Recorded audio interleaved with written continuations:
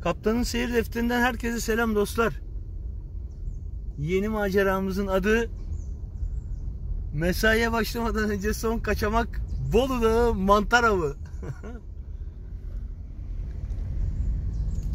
Selam. Özgür Karabulut'la tanışın.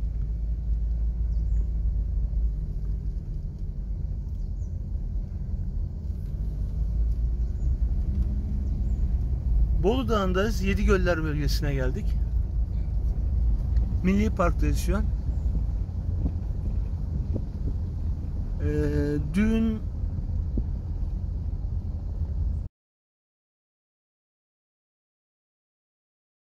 jant kapağı var yine bak. Millet bırakıyor burada kapakları. O asfalttan sonra kaç kilometre şeyin 5. oraya Özgür? Bu kilit taşlar. Bu güzel yol, ağaçlı yol 5 kilometre. 5 kilometre. 1400 metreden aşağı doğru yaklaşık 7-8 kilometre iniyoruz. 5 kilometresi kilit taş. Bu seferdeki kayıtların hepsi aktif kamera olacak gene. Cep telefonuyla çekiyoruz bu sefer.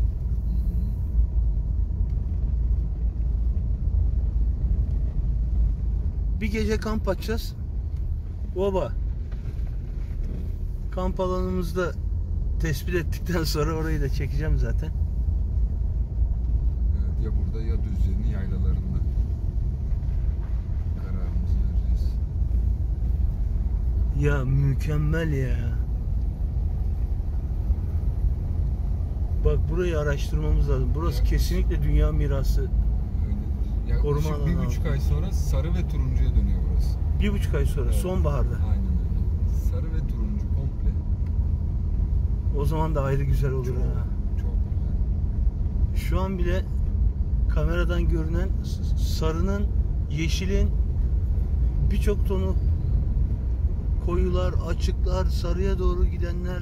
Dökmeye başlamış şeylerini, yapraklarını. Sararmaya başlamış.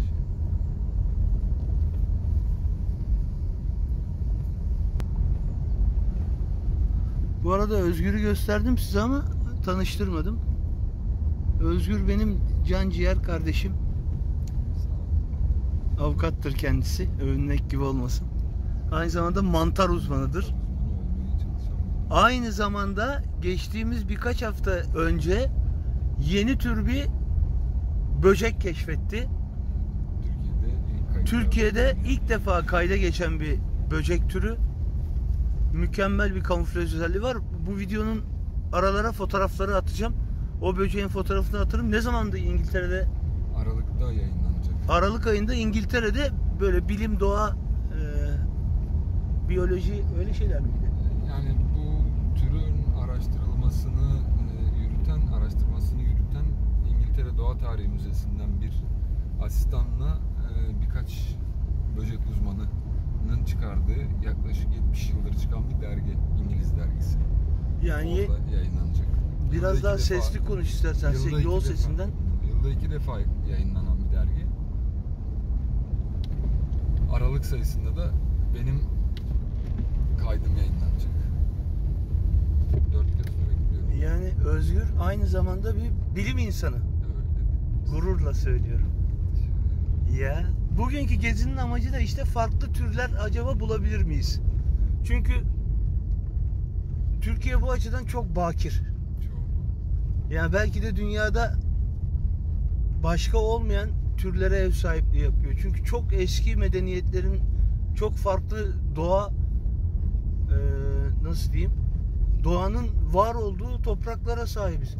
O kauçuk ağacı mı yatmış olan ya? Yani benziyordu ama. Ama çam gibiydi de sanki. Değişik bir şey. Yürürüz bu yolları. Yani bu gezinin amacı tamamen bilimsel odaklı. Evet. Ya biz ülkemizde yani ne mantarlarla ne böceklerle ilgili doğru düzgün çalışma yok. İşte birkaç üniversitede birkaç hocanın yaptığı, ön ayak olduğu çalışmalarla bile mesela Morchella anatolica diye bir kuzu göbeği türü sadece Anadolu'da yetişen bir tür keşfedildi. Bunun gibi keşfedilmeyi bekleyen onlarca tür var, belki yüzlerce tür var. Sadece sahaya çıkıp dolaşmak gerekiyor. Ya şimdi üniversitelerin bizdeki en büyük eksiği bence o. Uygulama yok. Evet. Yani teoride her şeyi öğrenemezsiniz. Hani çok gezen mi çok okuyan mı muhabbeti var ya. Hani böyle sanki bir paradoks gibi sürekli tekrarlanan hadise. Vallahi bence bilinçle çok gezen. Ücretli mi lan giriş? Benim müze kartım var. Evde. Müze kartım var benim. İlk gölle karşılaştık. Ne dedin adını? Nazlı Göl. Yazıyormuş lan eşek kadar. Burası Nazlı Göl'müş. Yaklaşık 16 bin metrekare. Çadır alanlarından biri burası. Burada Muhtemelen buraya atacağız çadırımızı. kampı burada kuracağız. Evet. 16.000 metrekareymiş. Duyulmamışsa Özgür'ün söylediği, duyulmamış olabilir. 16.000 metrekareymiş bu Nazlı Göl. Çok sağa yakın gidiyorsun yalnız ha. Nazlı Göl'le kucaklaşmayalım. Bayağı kampçı var yalnız. Öyle kalabalıkmış hani burada kimse olmuyordu ya. Yok, normalde şimdiye kadar bir 2 kilometre öncesinden başlardı araba koymaya da. Burası Yağmur sakin bekleniyor. hali. Yarın yağmur bekleniyor. Bir yolda gelirken yağmurda geldik zaten. Abdesthane yazıyordu orada. Abdesthane. Tuvalet demek istediler herhalde.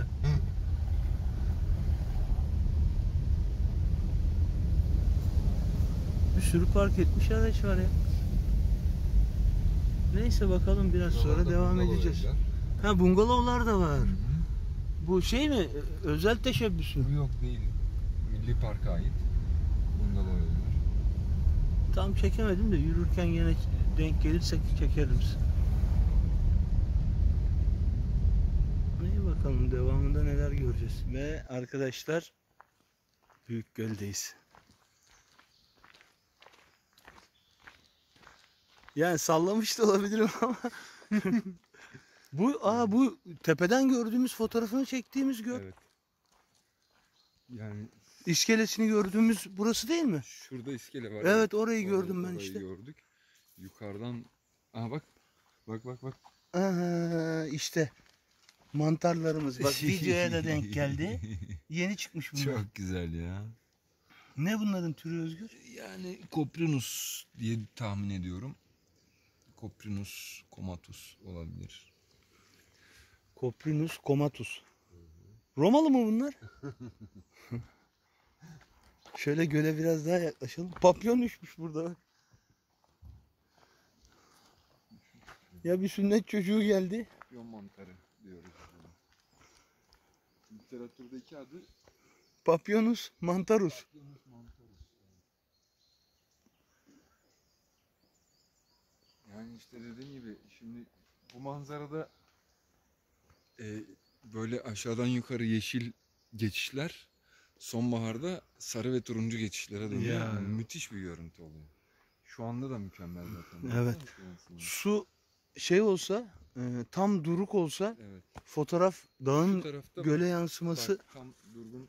Şu taraf tam durgun. artık değil. Olta attı biri. Ha.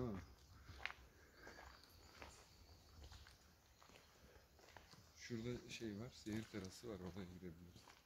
Derinlikleri hakkında bilgi var mı acaba? Derinlikleri hocam 5. Yok. Yani Bir boy vereyim mi? verelim boyumuzu. Ama bilgi olması lazım ya. Hiç bilgi yok. Derinliği hakkında, balık türleri hakkında. Evet, burada yansıma var bak. Ağaçların yansıması, gökyüzü. Şu an baktığınız göl, gökyüzü yansımalı. O çok güzel görünüyor Özgür.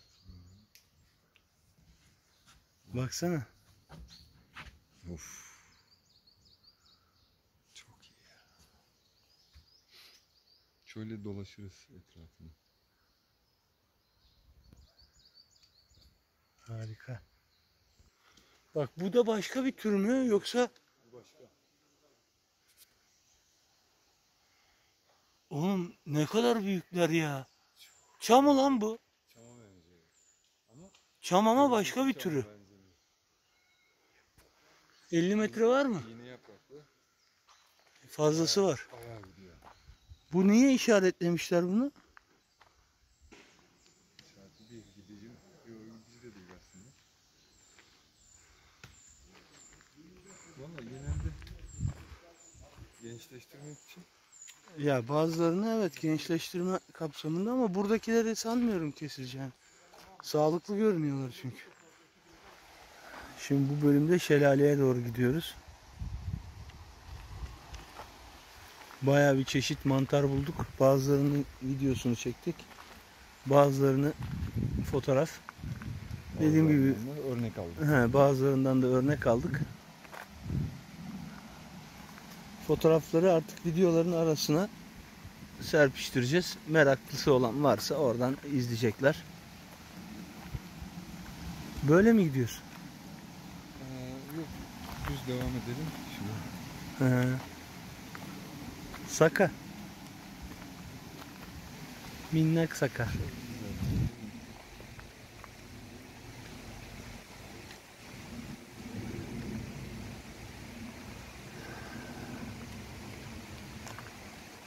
Drone'u uçurduk biraz video çekelim diye. Videoyu almamış. Tam biz zaten uçuşu bitirmek üzereydik. Görevliler geldi. Drone uçurmak bakanlık tarafından yasaklanmış. Özel izin gerekiyormuş. Falan filan derken drone görüntülerini ekleyemeyeceğiz maalesef. Buradan alırsam drone'a benzer bir görüntü yakalamış oluruz. Tepeden çok güzel görünüyordu göl ya. Böyle yürüyüşümüze şelaleye doğru devam ediyoruz bakalım. Şelaleye yaklaşıyoruz. Burada küçük suni bir oluşum var. Yolda yine yeni bir tür olduğunu düşündüğümüz mantarlar bulduk.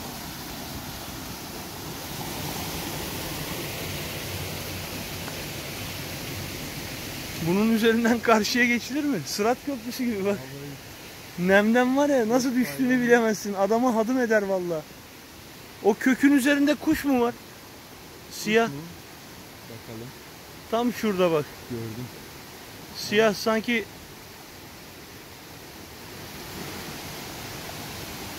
Hayır. Emin miyiz? Eminim. Çok benziyordu kara tavuğa. Dal. Şurası çok güzel görünüyor ya. Kayar ha Özgür. Sakatlık çıkar mı? Yok.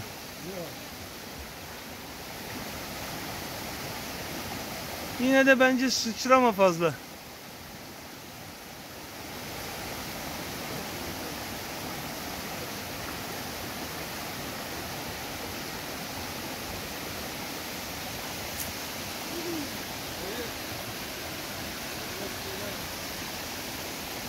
Şelaleye geldik. Şimdi içinden yürüyerek şelalenin döküldüğü yere doğru gideceğiz. Yani şurada geldiğimiz 3 adım mesafede müthiş bir hava değişimi oldu. 3-4 derece fark ediyor. En az 4 derece. Bildiğiniz klima etkisi yapıyor. Bir anda serinledi hava. Çok güzel ya. Özgür yine bir tane mantar buldu. Buradan yürüyerek şelalenin ucuna kadar gitmeyi planlıyoruz. Bakalım düşmeden sağ salim gidebilirsek. Şelalenin artık neredeyse tam altına geldik.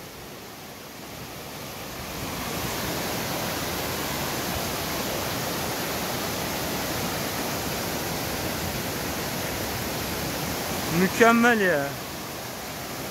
Buradan kayıp düşmemeye gayret edeceğim.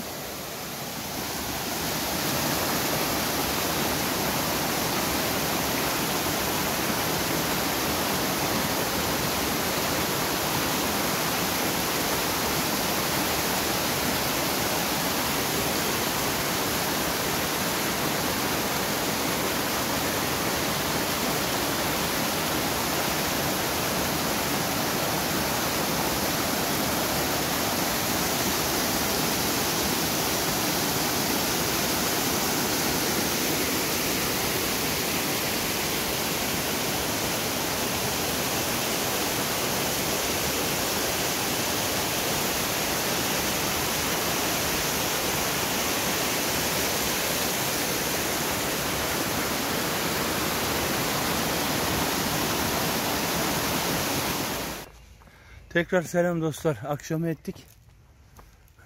Hayatımızın yürüyüşünü yaptık Özgür'le bugün. Anamız ağladı. Obamızı da kurduk. Kampımız tam karşıda. Bakalım askerliğini hakkıyla yapanlar benim çadırı hatırlayacak mı?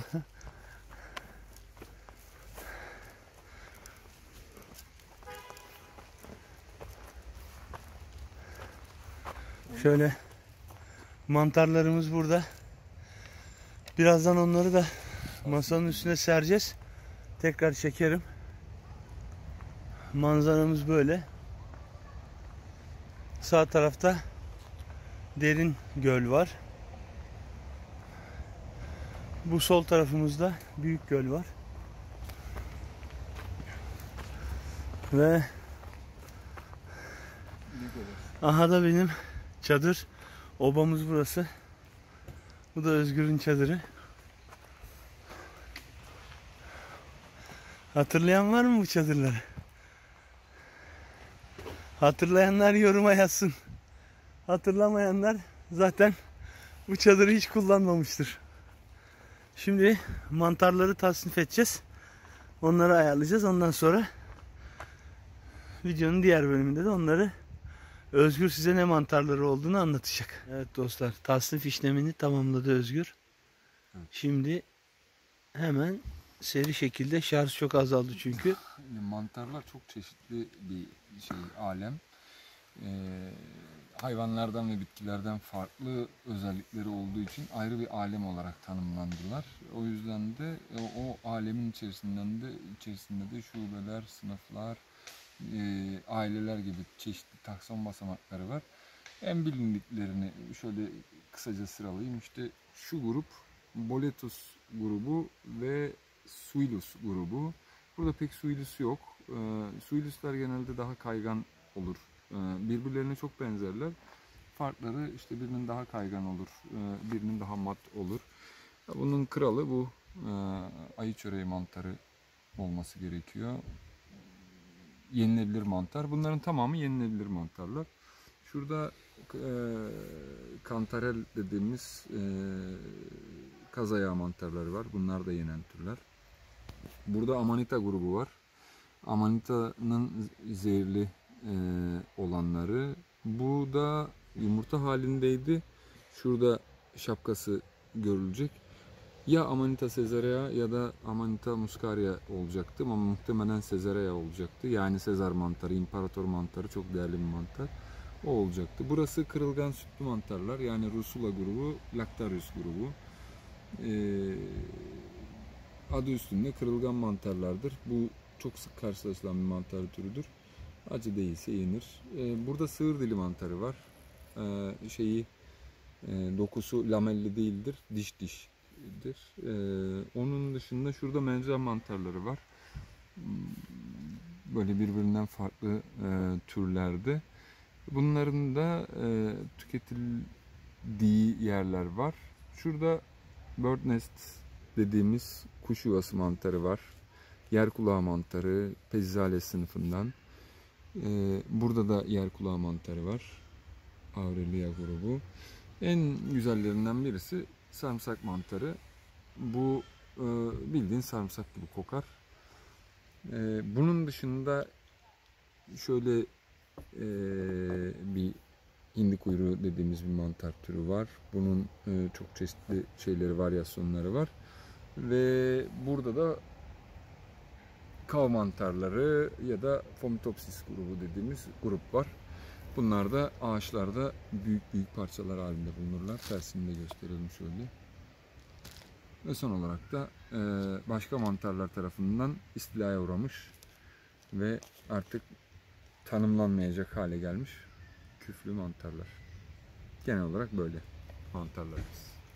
Bayağı neşeli ve eğlenceli ve biraz da yorucu bir mantar avıydı ama güzel geçti. Ya tabii şimdi bu herkesin ilgisini çekmeyebilir. Evet. Ama yani güzel bir hobi. Görüntü çok güzel bir görüntü. Özgür de bu konuda artık kendi çapında gerçekten uzman haline geldi. Bunların yenilebilen olanları gömeceğiz tabii. Diğerlerini arşivledik, fotoğraflarını çektik. Yani onları herhalde sen bu bölgede doğayla bırakacağız, evet. ha, ya tabii bırakacağız da hani analiz edilmiş mi, tanımlanmış mı? Tabii onları da bakacağız. Bu bölgede o popülasyonla bilgisi olan Tabii. onlara bakacağız. Eğer yoksa Yeni kayıt diye. burada yeni kayıt. Çünkü bazı enteresan farklı mantarlar bulduk. Evet. Fotoğrafladıklarımız, örnek alamadıklarımız var. Onlara da bakarız. Mantar olayı buydu dostlar. Yani kaptanın seyir defterinde her yol var. Sadece tır deyip geçmiyoruz. Şunu bir Hadi bakalım kamera şarj bitmek üzere ama. tamam. Bu yumurta. Bu sürpriz yumurta olan değil mi? Evet. Ne çıktı? Aynen öyle. Amanita, Panterina olması gerekiyor ya da Rubescens, bilmiyorum artık duruma göre. Bu büyüyecek. Şurada şapkası var. Bu yavaş yavaş uzayacak ve şu hale gelecek büyük ihtimalle. Ha. Bu Zehirli olacak yani. muhtemelen evet. Evet. Bunun önceki hali bu. Bunun sonraki hali de bu. Yani Aşamaları. 3 aşamasını görmüş olduk. çocukların Yumurta hali, evet.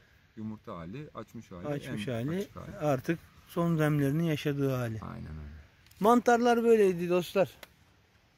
Şöyle güzel bir manzara eşliğinde bugünü sonlandırıyoruz. Biz birazdan yatacağız çünkü dün hiç uyumadık. Bugün turşumuz çıktı. Onun için yatıp uyuyacağız. Yarın sabah erken kalkıp nereye gidiyorduk? Düzce'ye gideceğiz. Düzce'nin yaylalarına gidiyor. Orada Düzce yaylalarında Yine mantar. böyle güzel manzaralarda inşallah yine mantar peşine koşturacağız. Şimdilik herkese arrivederci. Kaptanın seyir defterinden Bolu Dağları'ndaki ikinci günümüze tekrar hoş geldiniz millet. Şimdi Düzce'ye gidiyoruz ama alternatif yoldan bayağı bildiğin offroad'a sardık. Böyle bir yoldan gidiyoruz işte. Yani insan bu yolu görünce de yolun bitmesini istemiyor. Aşağıyı göstereceğim size de ağaçlar müsaade etmiyor. Bayağı bir vadi var aşağıda. Tamamen ormanlarla kaplı.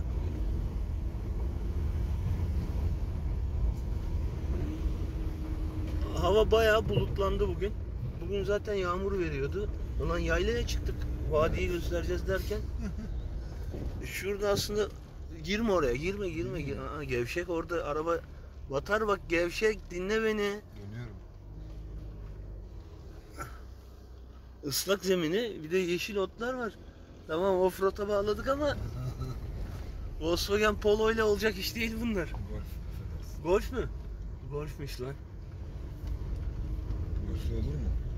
Golflü olur ya.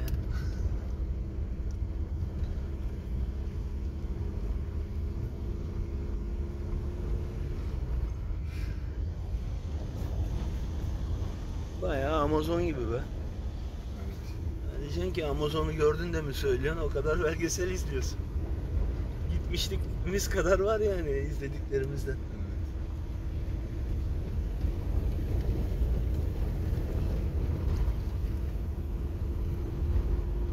Bazılarda sanırım bir daha görmeyecek vadi. Şu ağacın üzerinde. Bakalım bugün bizi neler bekliyor.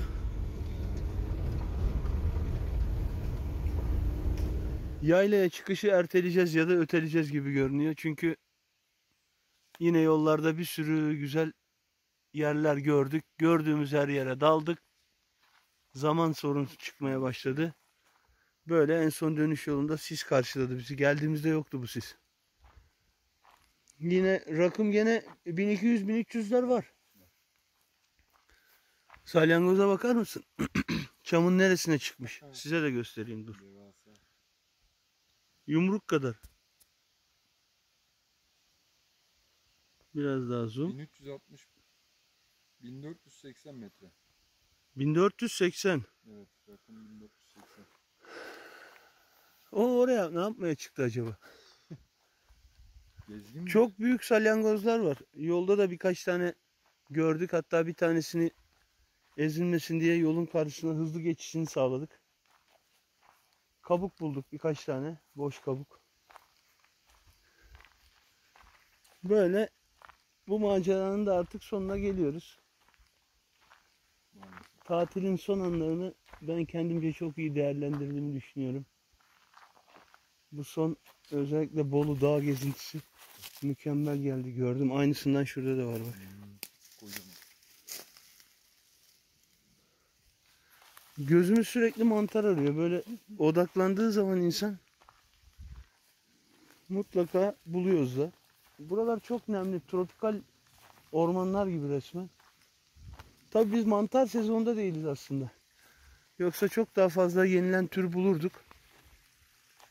Çünkü müthiş bir habitatı var burada. Tam mantara uygun. İşte bu sis her yere kırağa nem salıyor. Her yerde böyle pınarlar var. Ağaçların üzerindeki yosunlar sakal gibi. Bu ağacın ürettiği bir şey galiba Özgür ha? Dışarıdan. Dışarıdan mı? Sonra. Her ağaçta yok ama bazı ağaçlarda var. Seyahatimizin gülü. Evet. Renge bak. Altını biraz çevirsin. Rengin güzelliğine bak. Bu yenilebilir bir tür. Hı hı. Neydi bunun adı? Kanlıca mantarı. He? Kanlıca. Kanlıca ha. Bu meşhurlardan be. Hı hı. Çıntargillerden. Evet. Lactarius. Lactarius'muş. Bakınca. Lactarius. Durumumuz bu. Dönüşe geçiyoruz. Yolda gene büyük ihtimalle duracağız. Çekmeye değer bir şey bulursak çekeriz. Tam dönüşe geçmiştik ki gene güzel bir yer gördük. Durduk. O durmamız bize bu duruma mal oldu. Sis iyice çöktü. Gerçi şikayetçi miyiz? Hayır. Çünkü tercihlerimiz bu yönde oldu. Offroad'a devam. Bir yayla gibi bir şeydeyiz şu an. Neredeyiz ben bilmiyorum. Yayla. Yayladayız. Binalar var. İnekler var. İnekler var. Bolca sis var. Var oğlu var. Yol varsa gören onu da söylesin bize.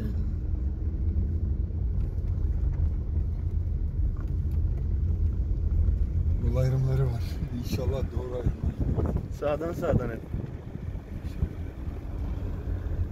Yani videoyu daha devam ettirmenin bir anlamı yok. Hiçbir şey görünmüyor zaten. Yani böyle sisli koyunlar var. Ya yolun ortasında niye yatıyorsunuz arkadaşım siz? Bayağı da yatmış dinleniyorlar. Beni bak. Şu koca kıçlı olan. Heh. Yürü, az daha yürü. Bize bakıyor. Yürü. Üzerine doğru sür. Evet, çoban köpeği de şurada ağaç altında dinleniyor. Baksana şuraya. Sür üstüne, sür kalkacak o.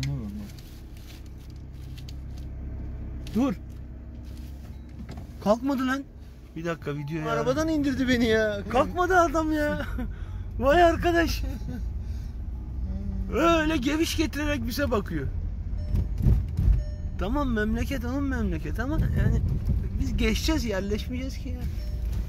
Evet, offroad tam gaz devam. Aha, burası biraz açılır gibi oldu sis.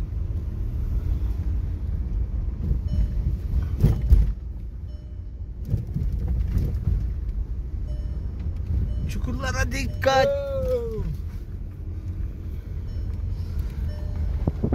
Burası mıydı döndüğümüz yer? Gelirken. Fark edemedim ki. Galiba burası. Biraz daha açılırsa sis kayda devam ederiz. Yoksa bir bitiş konuşması patlatır.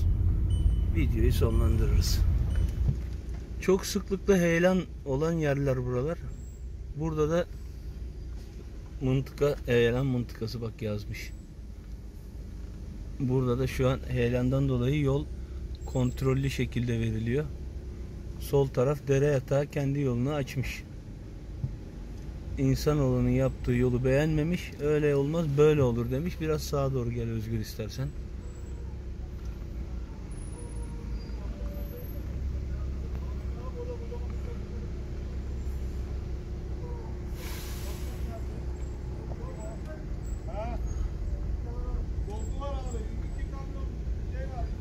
Evet, burayı yeni doldurmuşlar hacı.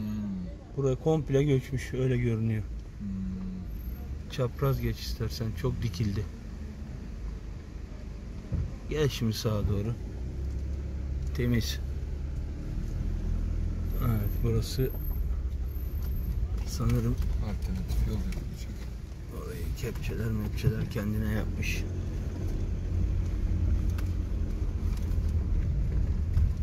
Bu direğin burada olmaması gerekiyor normalde. Şu an tam yolun ortasında kalmış. Burası yeni yol olsa gerek.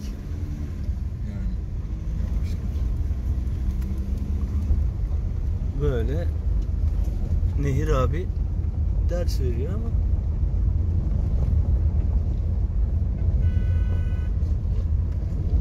sabırsız var bir tane orada bak. Evet. Kornaya basınca yol heyelan falan kalmıyor. Al bir tane de kurnaz taksici. Her yerde aynılar. Değişmiş. Tipine sıçtım. Bunlar enayi çünkü bekleyenler. Neyse yol gene güzelleşti.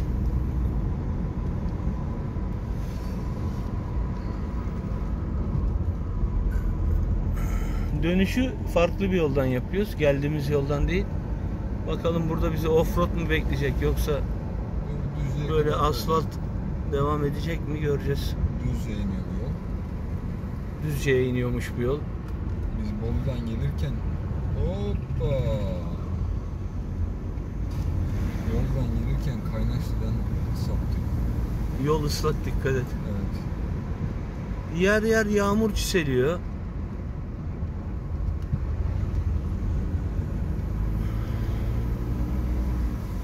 Burada biraz yoğunlaştı trafik be. Evet. Araba görmeyeli epey olmuştu. Bak yol tekerlek izi yapıyorsa riskli.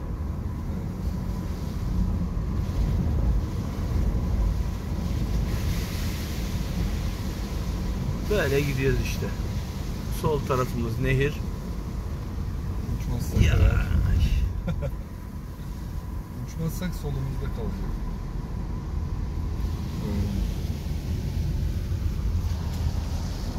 Bak bak bak buralarda hep eğlen olmuş. Buralar hep heyelan bölgesi sahiden. Ve kayalar hiç hoş görünmüyor söyleyeyim. Şuraya kayalar.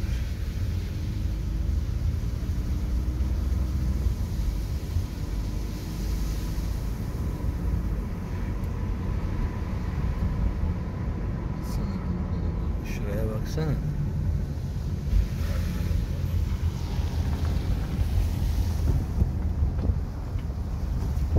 Kayaların büyüklüğüne bakar mısın ya? Ve çok gevşek zemin ya, hayret bir şey. Tek parça değil yani kayalar. Çok parçalı.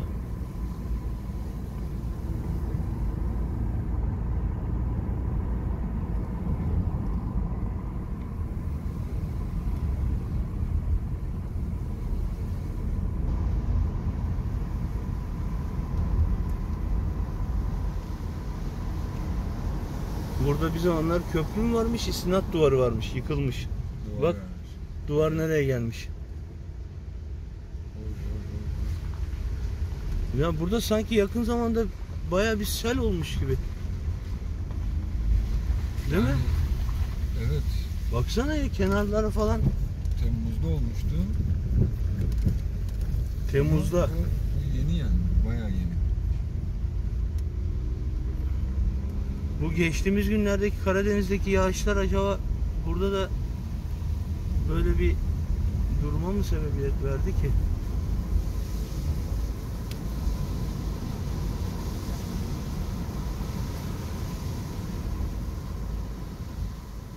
Hadi bakalım devam.